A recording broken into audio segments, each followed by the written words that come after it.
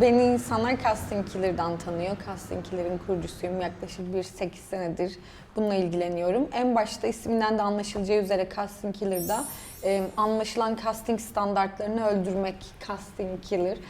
O şekilde başladık. Alternatif, yerli, her ırktan, her bedenden insana hem alternatif tiplere de yer vermek için aslında bir yandan başladım. Biraz okul zamanlarında falan dışlanan, öyle işte zorbalık gören bir çocuktum. İşte ineksin, şöylesin, işte tipimle, karakterimle, ne bileyim o zaman işte çalışkanlığımla vesaire çok fazla bir kendime yer bulamadım. Ve hem mental hem fiziksel kendimle çok barışık olamadığım bir dönemim oldu.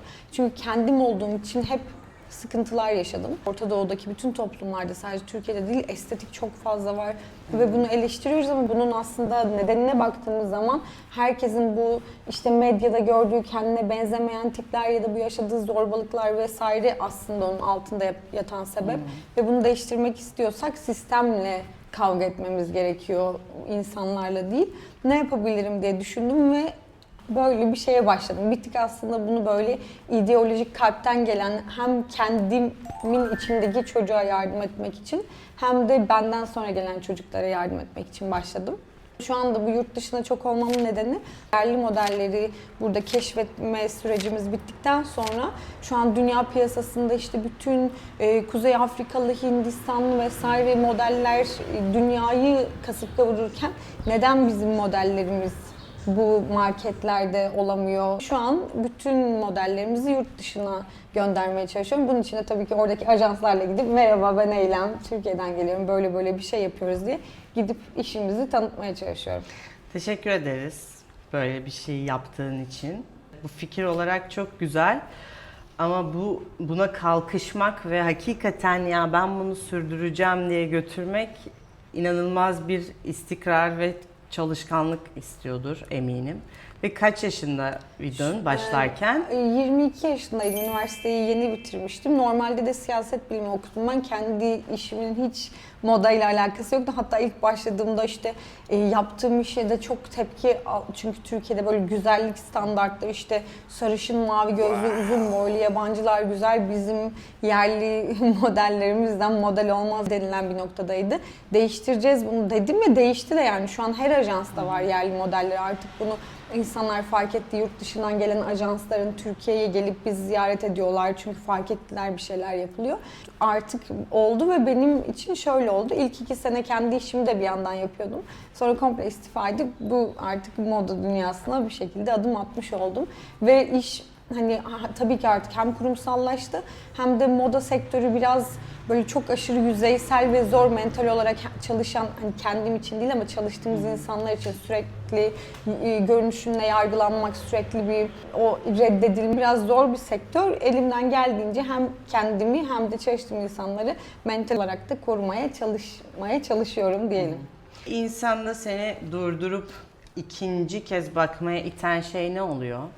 Hem özel suratlara hani mesela ne bileyim işte burnun kancalıdır, dişin ayrıktır, bunu olduğu gibi koruyup hem de buna barışık olup o olduğun farklı şekilde olman ve bir nasıl diyeyim karakter, stil, aura denir ya, onlar da beni tabii çekiyor yani. Bu kadar farklı insan tanımak, insanlara karşı bakışını daha umutlu bir yere mi çekti yoksa daha şüpheci bir yere mi taşıdı? Çok kalabalıkların içinde yalnız hissettiğim zamanlar oluyor çünkü hayatım boyunca dışlanan biriyken şimdi bir komünite oluşturdum ve bu beni popülerleştirdi ama bir şey başardığım için mi popüler oldum yine?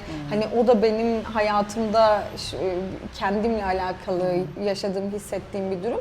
Çünkü genelde tanıştığım insanlar çevremde hani benimle çalışmak için hani ortada bir çıkar ilişkisi oluyor. Yani yine de seviyorum yani elimden gelen şeyi çünkü hem kendi hayatımı değiştirdim hem de belki bu 8 sene içinde 1000'e yakın insan bulmuşumdur, bir şekilde sektöre sokmuşumdur, bir yerlere getirmişimdir. Ne bileyim işte ilk modeli 6 sene önce New York'a gitti bir modelimiz. Ben daha kendim bu sene gidebildim. Kendimin göremediğim yerleri onlar benden önce görmüş oldu. Benim için güzel bir şey yani ne kadar insanlara ne katabilirsem. O insanlarla o temas etmeni sağlayabiliyor en Bir azından. de insanların bir community ihtiyacı her zaman var. İşte hiç kendimi bir yere ait hissetmediğim için insanların kendine ait hissedebileceği bir yer oluşturmuş oldum ve bundan dolayı da işte insanlar bana bu yüzden geliyor demek de yanlış. Zaten olmayan bir şeyi vermekte amaç. O yüzden de yani bu da işte realitesi yaptığımız şey. Bu aralar seni en çok ne heyecanlandırıyor? Şöyle işle alakalı bir şeyler başarabilmek tabii ki beni her zaman heyecanlandırıyor. Sadece vize sıkıntıları çok zor. Atıyorum Londra'daki bir çocuk o UK pasaportuyla her yere direkt keşfedildiği gün gidebiliyorken Türkler için bu onun çarpı 10 katı çalışmamız gerekiyor. Çünkü Avrupa'daki insanlar vize zorluğundan bir haberler yani işte vize gerekiyor dediğinde turistik olarak bile mi gelemiyor hani gibi bir yerdeler bilmiyorlar. Zorluklar karşısında pes etmek yerine bir şeyi zorluğuna rağmen başardığınız zaman o seni o zaman daha çok mutlu ediyor ve heyecanlandırıyor. Zaten o yüzden de bir tık daha senin yaptığın iş daha özel oluyor. Çünkü bunu kolay yerde yapmak, isteğin, arzın, talebin öyle bir noktada olduğu bir toplumda bunu yapmaktansa daha kabul ettirdiğin bir yerde yapıp üzerine bir de bunu başarabilirsen global anlamda bu ekstra heyecanlandırıyor tabii ki. Ya muhtemelen böyle daha kreatif alanlarda diyeceğim. Hani tam olarak karşılamasa da bizim gibi coğrafyalarda yaşayan insanlar için bir tercih oluyor. Yani ben evet abi ben bu yoldan gideceğim, bunu başaracağımın peşinden gitmek zorundasın ya, diğer türlü zaten hani olmasına olanak yok. Yani ne kadar güzel fikrin, çevren bilmem ne falan olursa olsun. Yani o gaza getiren şey bir noktada o oluyor sanırım. Yani bir inanç olmalı ve o inancın peşinden gitmelisin. Sevdiğin şeyi yani insanlar yapamayacaksın dese de bana da her zaman olmaz hani alternatiften de olmaz, yerliden de olmaz dendi. Ben yapmaya devam ettim ve bir şekilde oluyor. Yine olmak istediğim yerde miyim? Değilim. Çünkü hani dediğim gibi bir sürü zorluklar var. İşte buradaki markaların hani o anlayışının değişmesi ve işte hani tamam ben böyle bir şey yapacağım dediğim gün bitmiyor, işte buna evrilmesi de gerekiyor. Hani bir tık zorlukları var ama her özellikle kreatif alanlarda kendin olmak ve hani birilerini taklit etmek değil, kendin olmak tamamen ve inandığın şeylerin peşinden koşmak seni bir yere getiriyor diye düşünüyorum. Bu şehirde yaşamak mı zor yoksa kendin gibi yaşamak mı? Bence İstanbul kendin olabileceğin en güzel şehir Türkiye'deki. Yani çok büyük bir şehir. Her kesimden insanın kendine bir yer bulabileceği bir şehir. Dünya anlamında da öyle yani. İstanbul bence çok özel bir şehir ve burada kesinlikle kendin olarak var olabilmek diğer bütün şehirlere göre çok daha kolaydır diye düşünüyorum. Zor bir günün sonunda yalnız kalmak mı sana daha iyi gelir yoksa biriyle konuşmak mı? Bence en önemli şey insanlarla olmak kısmında yalnız kalmamaktan kaçmak için ait olmadığımız çevrelerde olmak yerine kendimizle yalnız kalabilmeyi öğrenip bize doğru ve iyi gelen insanlarla bir arada olmayı tercih ettiğimiz bir hayatta olmak bence. Hani denge en önemlisi. İnsanlar senin işinin en çok hangi kısmını yanlış anlıyor sence? Şöyle, arada şimdi eleştiriler geliyor işte bir kast yapıyoruz bir dergiye, bir firmaya ve altına işte yeteri kadar büyük beden model yok, işte trans model yok yorumlar geliyor ve genelde bana yazıyorlar bunu ama sıkıntı şu, ben sadece bu insanları buluyorum, reprezent ediyorum, temsil ediyorum ama onları seçmek yine markaya, dergiye, bize işi veren kişiye kalıyor. Burada o eleştiri çok doğru ve güzel ama o eleştirinin gitmesi gereken nokta buradaki karar mercileri ve müşteriler. Çünkü benim oraya bunu çekeceksiniz, şunu koyacağız deme gibi bir lüksüm ya da yetkim yok. Ben dediğim gibi sadece temsil ediyorum ama seçip seçmemek yine müşteriye kalıyor. Bence doğru eleştiri güç, çünkü sen markalara işte belli baskı yaparsan onlar genişletmek zorunda, senin istediğini sana vermek zorunda ama o eleştirinin doğru yere gitmesi gerekiyor. Bu işi yapıyorsan para kazanıyorsundur gibi bir cümle duydun mu hiç? Yani böyle bir algı var mı sence? Yani ilk başladığımda herkes asla bu iş tutmaz diyordu. Sonra bir şekilde tutunca güzel yerden yakalamışsın, ekmeğini yer gibi vesaire, böyle ekşi sözlüğe falan bile yazmışlar. Ama anlamadıkları şey, böyle bir yakalanacak bir yer yoktu. Biz onu kabul ettirdik ve hiçbir zaman asıl amacım burada para kazanmak olmadı. En başta bunu çok aşırı kalpten gelen bir yerden yapıyorum. Şu an tabii ki amacımız para kazanmak ve kazandırmak. Çünkü hani hem bu, şimdi benim sorumluluğum bir insanlara para kazandırmak, hem kendimi geçindirmek, hem onları bir yere getirmek. Tabii ki bir yerde para artık işin içine giriyor, çünkü artık bu iş oldu, kurumsal bir iş oldu benim için de, çalıştığım insanlar için, ama hiçbir zaman asıl amaç para olmadı. Bazen sırf yorulmamak için kendin gibi davranmadığın anlar oluyor mu? İşte bu işe başlamadan önce çok ağladığım zamanlar bile oldu küçükken, gençken, işte neden ben ve diğer insanlar gibi değilim, farklıyım diye.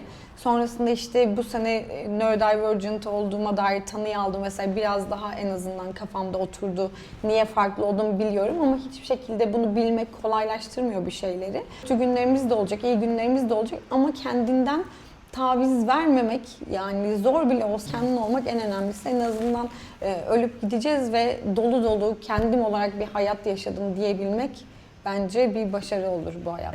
Gelecek sana ne hissettiriyor peki? Biz tabii ki daha böyle beyaz ve ayrıcalıklı doğan toplumlardaki gençlere göre biraz daha o kaosun, hengamenin içindeyiz. Enflasyonlar, işte gelecek kaygısı hepimizde var. Bu her genci etkiliyor. Beni de çok etkiliyor tabii ki. Ama yine de hani karamsarlığa kapılıp kayıp olmamaya çalışıyorum. Çünkü hani içinde olduğumuz durum mu? Bununla da bir şekilde başa çıkmamız gerekiyor. Yanlışa yanlış deyip değiştirmek, düzeltmek için bir şey yaptığımız sürece de hani bir güçlü olmak zorundayız. Tabii ki ben de bazen kaygılarla savaşıyorum. Etrafımda, arkadaşlarımda bunu görüyorum, ama benim için öyle kolay ve basit bir hayat altın tepside sunulmuyor. Var olmak için maalesef bununla savaşmak zorundayız. Çünkü diğer seçenek çok karanlık zaten. Evet, çok yani karanlık. hiç oraya dönmeye gerek yok yüzümüzü bence de. İstanbul'dan. İstanbul'dan gitsen en çok neyi özlerdin? Şimdi arada İstanbul yoruyor beni. Çok kaotik, çok işte gürültüsü, sesi, insanı. Ama buna da bir şekilde alışmışız. İstanbul'un da tarzı, stili bu. New York için falan City never sleeps, asla uyumayan şehir falan diyorlar. Ama gerçek uyumayan şehir İstanbul yani. Sabah 5'te de çıksan evine gidersin, yiyecek bir şey bulursun. Hep hareketli, hep canlı. İstanbul'un o canlı ruhunu seviyorum açıkçası. Özlüyorum İstanbul'u. Şey olsa, rahat yaşanılabilecek, herkesin gerçekten hani ev kiralarını bile zor ödediği bir dönemdeyiz insanların. O yüzden tabii ki bu şehrin güzelliklerinin tadını çıkaramıyoruz. Yok deprem korkusuydu, gelecek kaygısıydı. Birazcık böyle survival, hayatta kalma modundayız. Ama rahat bir yaşam sürebildiğimiz bir senaryoda İstanbul'u yaşamak için çok güzel bir şehir. Bu şehirde sana benzer birine ne söylemek isterdin? Gelsin arkadaş olalım. Şöyle, İstanbul'da ya da herhangi bir yerde bana benzeyen birine, ben kendimden çok şüphe duyan, işte yalnız kalmaktan korkan, yapabilir miyim, yapamaz mıyım, bunlarla çok savaşan bir insandım ve ister istemez hayat en korktuğun şeyi seni onunla sınayarak onun üstesinden gelebileceğini sana öğretiyor. O yüzden kendilerinden şüphe duyan biri varsa, sadece korksam bile deneyerek, yaparak, başararak bu şeylerin üstesinden gelebiliyorsun. Kimse yalnız değil. Bu dünyada hani herkes bazen yeri geliyor, kendini çok yalnız hissediyor, ama emin olalım ki kesinlikle yalnız değiliz. Bizim gibi aynı şeylerden dertleri çeken bir sürü insan var. Önemli olan sadece bu kötü düşüncelerden arınıp kendinle barışmak, kendine güvenmek, olduğun gibi var olup hayatta kalabilmek. Zaten sonrasında bence seninle o aynı enerjideki, aynı sayfadaki insanlar senin karşına bir şekilde çıkacaktır diye düşünüyorum. Teşekkür ederiz. Ben teşekkür ederim. Dürüst cevapların ve açık sözlülüğün için umut dolu bir konuşma oldu. Bu kadar da. Teşekkürler ederim. geldiğin Ben için. teşekkür ederim.